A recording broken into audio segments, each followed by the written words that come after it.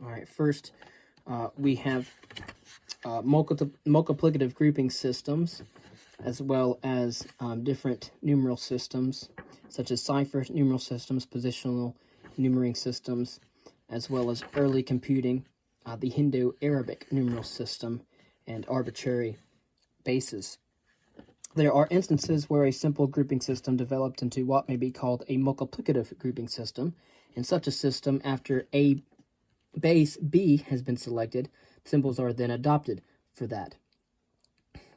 The symbols of the two sets are employed multiplicatively to show how many units of the higher groups are needed, and thus if we should designate the first 9 numbers by the usual symbols, but designate 10, 100, and 1000 by ABC, for example, say then in a multiplicative grouping system,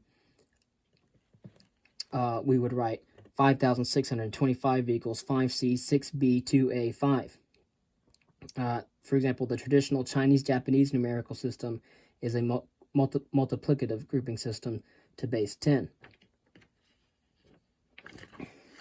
The ciphered numeral systems. In a ciphered numeral system, after a base B has been selected, sets of symbols are adopted. Although many symbols must be memorized in such a system, the representation of numbers is compact.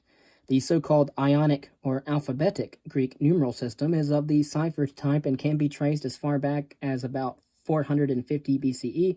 It is a system based on the number 10 and employing 27 characters, 24 of the letters of the Greek alphabet, together with the symbols for the obsolete digamma, kappa, and sampi. Although the capital letters were used, the small letters, or the lowercase letters, being substituted much later on, we see here the illustration of the system with the small letters. The following equivalents had to be memorized: 1 alpha, 2 beta, 3 gamma, 4 delta, 5 epsilon, 6 obsolete digamma, 7 zeta, 8 eta, 9 theta, 10 iota, 20 kappa, 30 lambda, 40 mu, 50 nu, 60 xi, 70 omicron, 80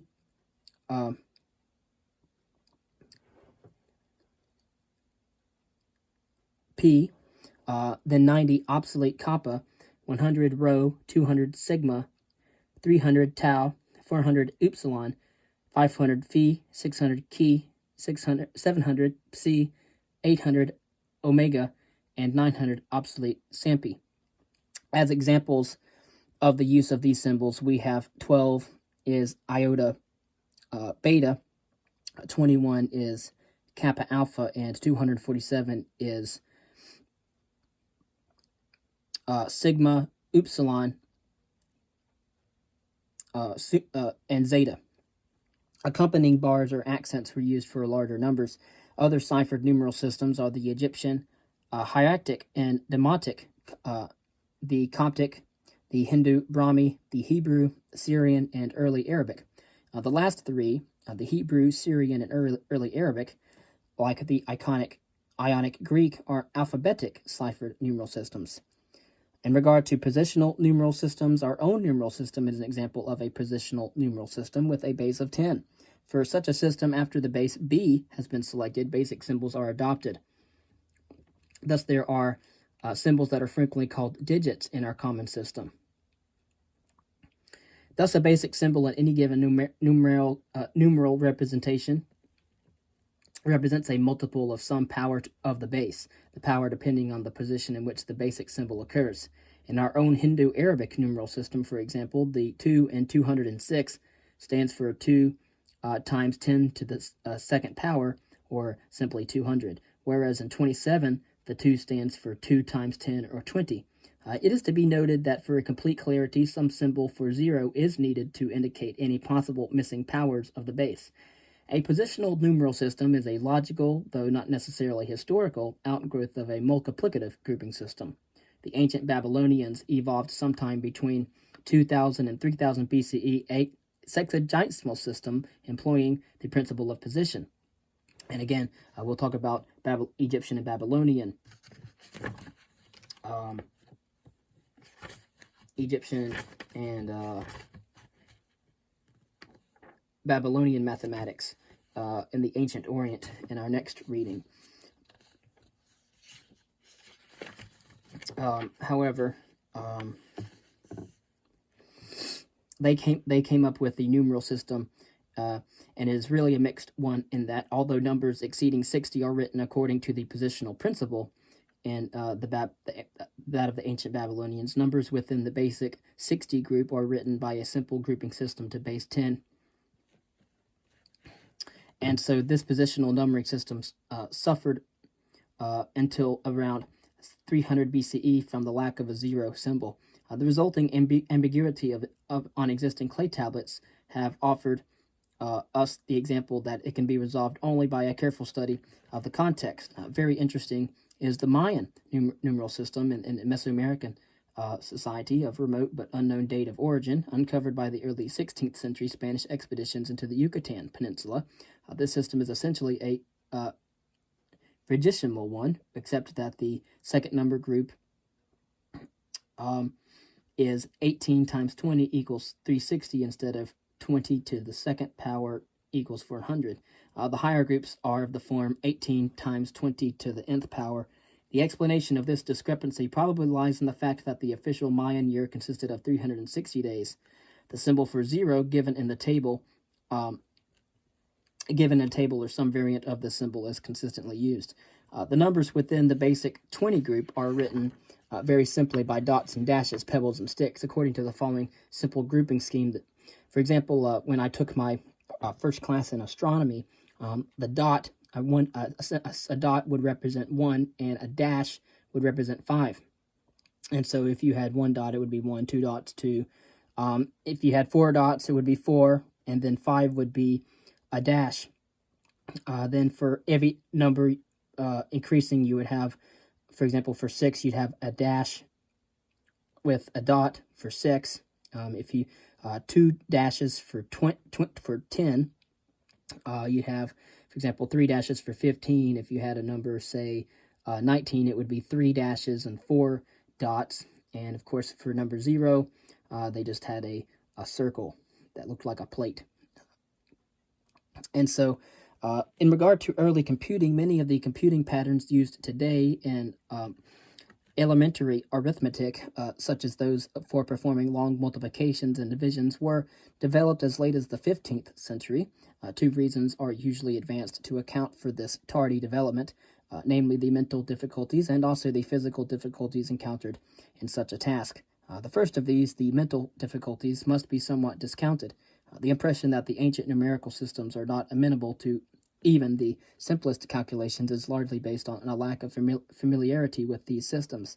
It is clear that addition and subtraction in a simple grouping system require only ability to count the number of symbols of each kind and then to convert to higher units.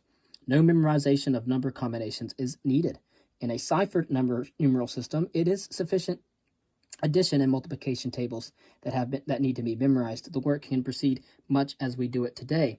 The French mathematician Paul Tannery attained considerable skill in multiplication with the Greek Ionic numeral system, and even concluded that that system has some advantages over our present one.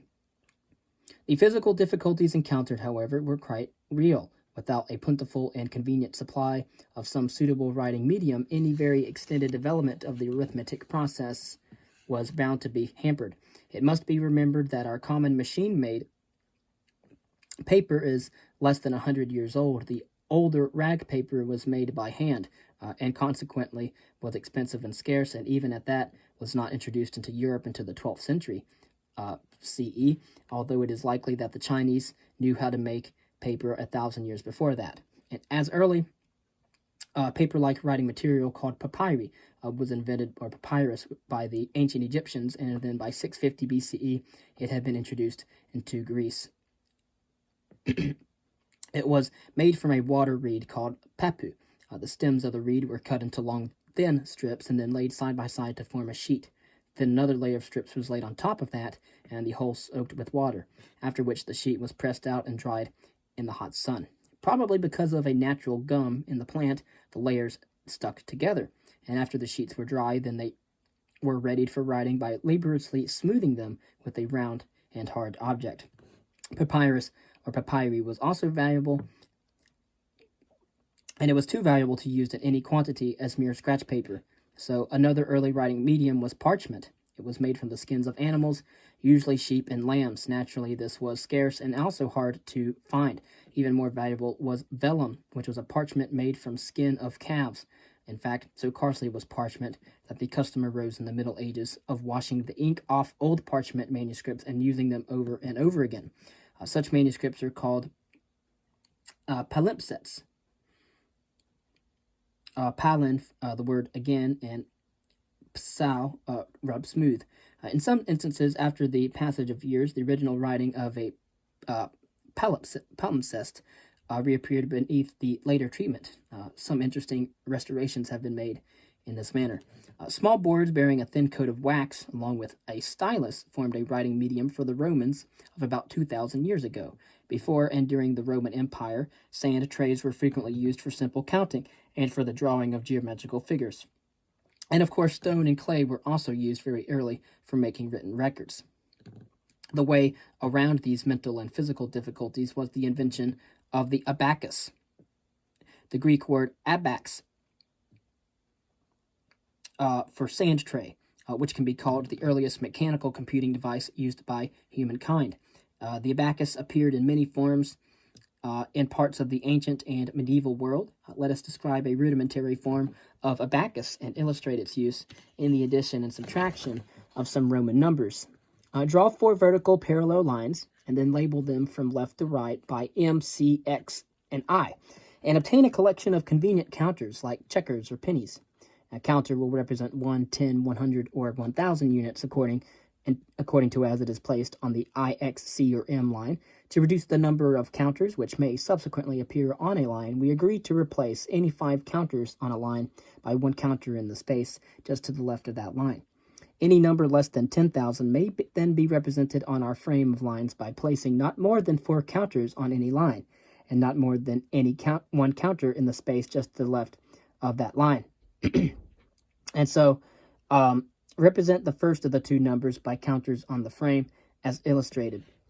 We now proceed to add second numbers, working from right to left. And so we have obtained the sum of numbers by simple mechanical operations and without requiring any scratch paper. And that's what the abacus was able to do. Subtraction is similarly carried out, except that now instead of carrying over to the left, we may find it necessary to borrow from the left. The Hindu-Arabic positional numeral system represents a number very simply by recording in order the number of counters belonging to the various lines of the abacus. The symbol 0 stands for a line with no counters. Our present addition and subtraction patterns, along with the concepts of carrying over and borrowing from, may have originated in the processes for carrying out these operations on the abacus. Since with the Hindu-Arabic numeral system we are working with symbols instead of the actual counters themselves, it then becomes necessary either to commit the simple number combinations to memory or just to have recourse to an elementary addition table. Concerning the Hindu-Arabic numeral system, it is named after the Hindus who may have invented it, and after the Arabs who transmitted it to Western Europe. The earliest preserved examples of our present-day number symbols are found on some stone columns erected in India about the year 250 BCE by King Asoka. Other early examples in India, if correctly interpreted, however, historically, are found among records cut about 100 BCE on the walls of a cave in a hill near Pune, and in some inscriptions of about 200 CE carved in the caves at Nasik. These early specimens contain no 0, and they do not employ positional notation. Positional value, however, and also a 0, must have been introduced in India sometime before 800 CE, for the Persian mathematician Al-Khwarizmi describes such a completed Hindu system in a book of 825 CE. How and when the new numeral systems first entered Europe is not settled. In all likelihood, they were carried by traders and travelers of the Mediterranean coast. They are found in a 10th century Spanish manuscript and may have been introduced into Spain by the Arabs who invaded the peninsula in the year 711 CE, to remain there for several hundred years. And then the completed system was more widely disseminated by a 12th century Latin translation of Al-Khwarizmi's treatise and by subsequent European works on the subject. The next 400 years saw the battle between the abacists and the algorists, as the advocates of the new system were called, and by the year 1500, our present rules in computing won supremacy. So there was a 400-year debate between the abacists and the algorists. In another 100 years, the abacists were almost forgotten entirely, and by the 18th century, no trace of an abacus was found in Western Europe. Its reappearance, as a curiosity, was due to the French geometer Poncelet, who brought back a specimen to France after his release as a Russian prisoner of war following the Napoleonic Russian campaign. There was considerable variation found in the number of symbols until these symbols became stabilized by the development of printing. Our word zero probably comes from the Latinized form Zephyrum of the Arabic cipher, which in turn is a translation of the Hindu sunya, meaning void or empty. The Arabic cipher was introduced into Germany in the 13th century by Nemorarius as cifra, from which we have obtained our present word cipher. We recall that to represent a number in a positional numeral system with base b, we need basic symbols for the integers 0 up through b minus 1. Even though the base b equals 10 is such an important part of our culture, the choice of 10 is really quite arbitrary, and other bases have great practical and theoretical importance. If b is lesser than or equal to 10, we may use our ordinary digit symbols. Thus, for example, we may consider 3012 as a number expressed to base 4 with the basic symbols 0, 1, 2, 3.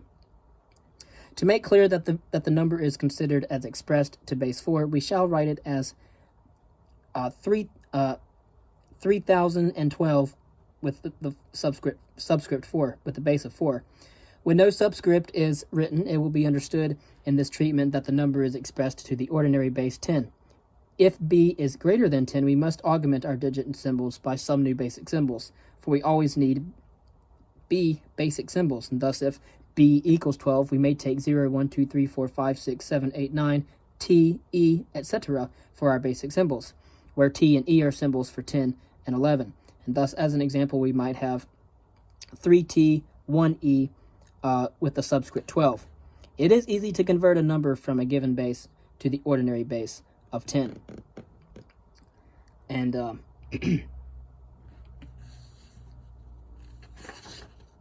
our success and efficiency in carrying out such arithmetic operations depend on how well we have in mind the addition and multiplication tables, the learning of which absorbed so much of our time in the primary grades. With corresponding tables constructed for a given base b, we can similarly perform additions and multiplications within the new system, without at any time reverting to the ordinary system. Considerable familiarity with the tables of addition and multiplication will be needed in order to perform the inverse operations of subtraction and division. This, of course, is also true for the base 10. That is the secret of much of the difficulty encountered in teaching the inverse operations in the elementary grades.